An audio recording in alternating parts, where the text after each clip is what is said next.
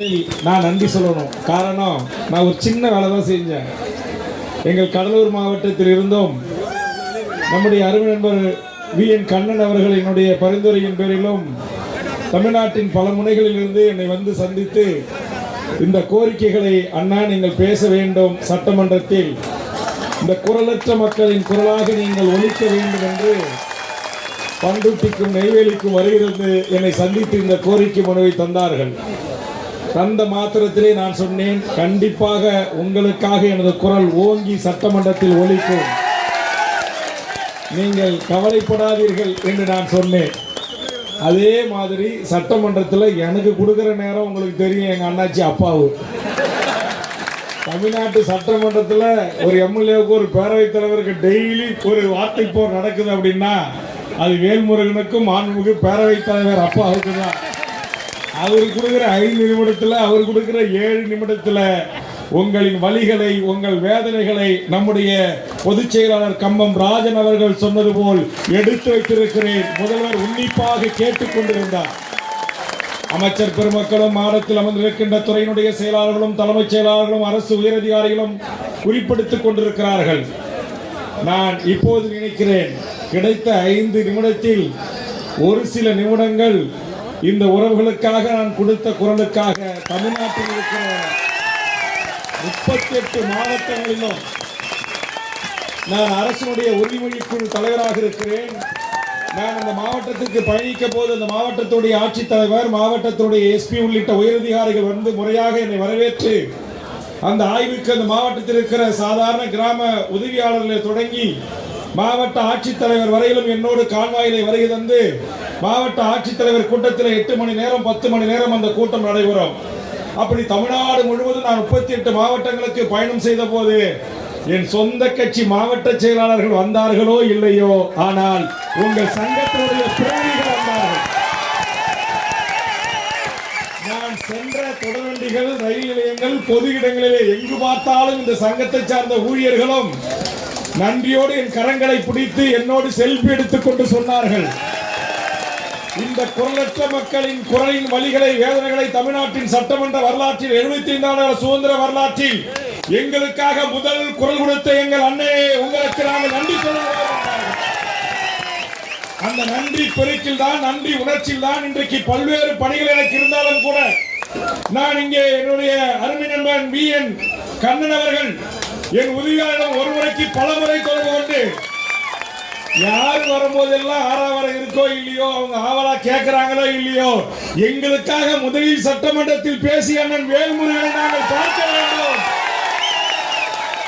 கும்மிடிப்பூண்டில் தொடங்கி கன்னியாகுமரி வரையிலும், கேரளாவின் எல்லை வரையிலும் அத்துணை மாவட்டங்களில் இருந்து வருகிறார்கள்.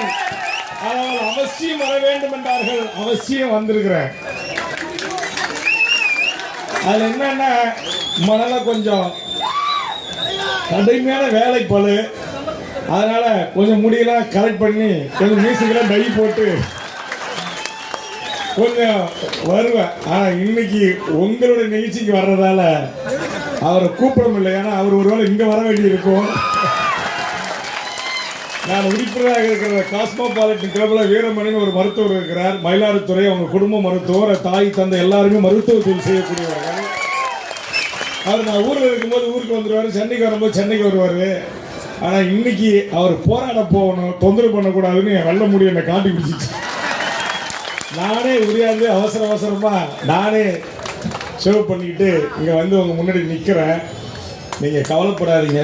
இங்கே அண்ணன் திருமா சொன்ன மாதிரி பேச இருக்கிற அண்ணன் தங்கபால் இருக்கிறாங்க, தமிழ்நாட்டுடைய பிரதான எதிர்கட்சி. அவங்ககிட்ட 18 எம்எல்ஏக்கள் இருக்கிறாங்க. சொல்ல பிறந்தகை வந்திருக்கணும், வரலை. இந்த சட்டப்பேரவையில் இருக்கிற அத்தனை அரசியல் கட்சியினுடைய பிரதிநிதிகள், சட்டமன்ற கட்சி தலைவர்களுமே உங்களுக்காக குரல் கொடுப்பார்கள், குரல் கொடுக்க வைப்போர் என்பதில் மாற்றி கொடுப்பார்கள். ஏன் ஒரு 2 நிமிடம் பேசணுத்துக்காகவே இந்த சமூகம், இந்த இளைஞர்கள், இந்த மக்கள் இவ்வளவு நன்றியோடு இருக்கிறாங்க. நான் மாண்புமிகு தமிழ்நாடு முதலமைச்சர் அவர்களை பார்த்து ஒரு வேண்டுகோள் வைக்கிறேன். திராவிட முன்னேற்ற கழகம் என்கிற மாபெரும் அரசியல் கட்சி தமிழ்நாட்டில் வளர்த்தெடுத்தவர்கள் இந்த மருத்துவர் சமூகம். இவர்களுடைய கடைகளில், இவர்களுடைய சலூன்களில், இவர்கள் கூடுகிற மரத்தடிகளில் தான் உங்களுடைய திராவிட இயக்கத்தினுடைய வரலாறு கொண்டு போய் சேர்க்கப்பட்டன.